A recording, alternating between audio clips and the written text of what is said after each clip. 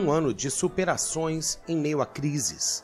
A América Latina experimentou uma montanha-russa de expectativas e desafios em 2021. O primeiro trimestre foi marcado por boas notícias na economia. O valor das exportações no continente subiu 8,9% em relação ao ano anterior. O Banco Interamericano de Desenvolvimento anunciou o crescimento após uma contração de 9% em 2020 como consequência da pandemia da Covid-19. Em relatório divulgado em junho, o BID declarou que o número superou o impacto comercial recessivo da crise sanitária. A prosperidade parecia estar de volta ao território latino-americano após um 2020 difícil. Logo em janeiro, o presidente argentino Alberto Fernandes recebeu a primeira dose da vacina Sputnik V contra a Covid-19. O país iniciava a campanha de vacinação e se tornava a primeira nação da América Latina a utilizar o imunizante do laboratório russo Gamaleya. A promessa era realizar a maior campanha de vacinação da Argentina com a igualdade de acesso. Enquanto os argentinos protestavam contra as medidas restritivas, a Organização Pan-Americana da Saúde anunciava que o pico de casos de Covid-19 no continente poderia ser pior que o enfrentado em 2020. Até outubro, a América Latina superaria a marca de 1,5 milhão de mortes pela pandemia. Só o Brasil concentrou quase metade dos óbitos, mais de 600 mil no mesmo período. Em meio à crise sanitária, o ano de 2021 também seria marcado pelas mudanças políticas. A primeira mudança política do continente veio de Cuba com o anúncio da aposentadoria de Raul Castro aos 89 anos. Substituído por Miguel Díaz-Canel, se tornou o primeiro secretário do Partido Comunista da ilha. A inflação cubana chegou a 60% e colocou Cuba em uma crise econômica ainda mais profunda. Em abril, o Equador escolheu como presidente o empresário conservador Guilherme Lasso, que venceu por 5 pontos o candidato do correísmo Andrés Arauz. José Pedro Castillo Terrones. No Peru, o professor e esquerdista Pedro Castillo bateu a direitista Keiko Fujimori em uma votação acirrada. A decisão do pleito só veio um mês depois, em agosto, com a proclamação de Castillo em meio a acusações de fraude pela oposição. Na Nicarágua, as eleições de novembro reelegeram Daniel Ortega, embora tenham sido consideradas ilegítimas pela comunidade internacional devido à prisão de diversos opositores. Já na Bolívia, a política virou manchete policial. A ex-presidente autoproclamada do país, Jeanine Áñez, foi presa ainda em março em meio a uma investigação sobre um suposto golpe de Estado contra o ex-presidente esquerdista Evo Morales. A ex-senadora de direita foi acusada de terrorismo, conspiração e genocídio e, em agosto, seus advogados de defesa disseram que a política tentou tirar a própria vida.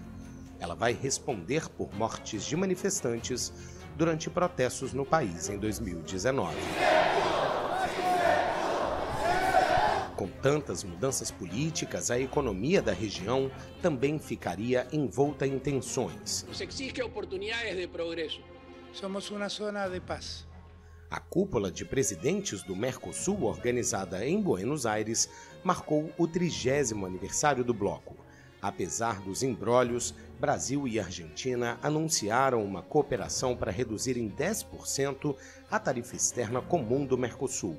A medida representou uma guinada após meses de tensão envolvendo a flexibilização do bloco. E não faltaram grandes protestos.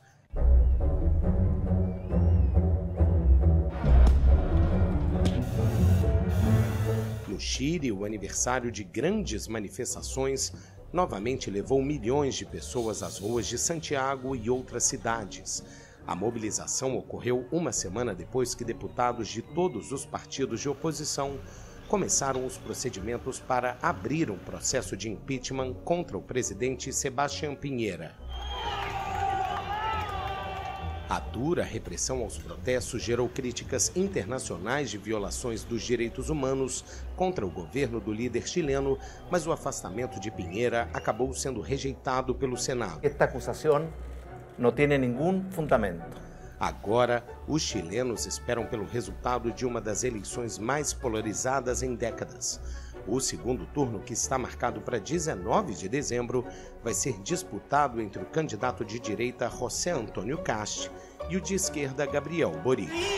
Após a pressão das ruas, uma nova Constituição do país deve ser aprovada ou rejeitada em um referendo com voto obrigatório em 2022.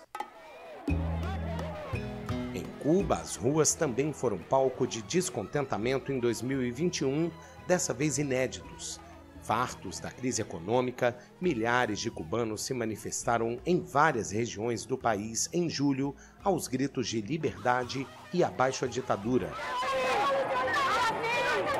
O presidente cubano Miguel Díaz-Canel acusou o governo americano de impor uma política de asfixia econômica para provocar revoltas sociais no país.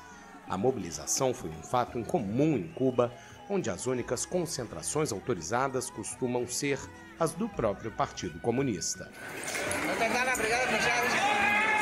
Mas a crise política latino-americana pode se aprofundar ainda mais nas próximas décadas. Em meio à cúpula do clima realizada em Glasgow, na Escócia, um alerta para o continente sul-americano. Um relatório da Organização das Nações Unidas, divulgado em setembro, apontou que os desastres climáticos quintuplicaram na região dos Andes nos últimos 50 anos e provocaram danos importantes.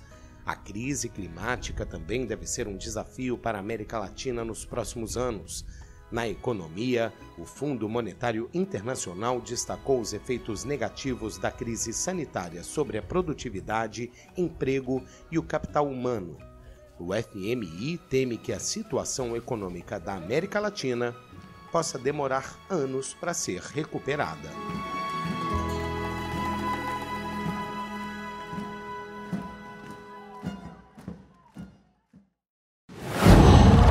Qual?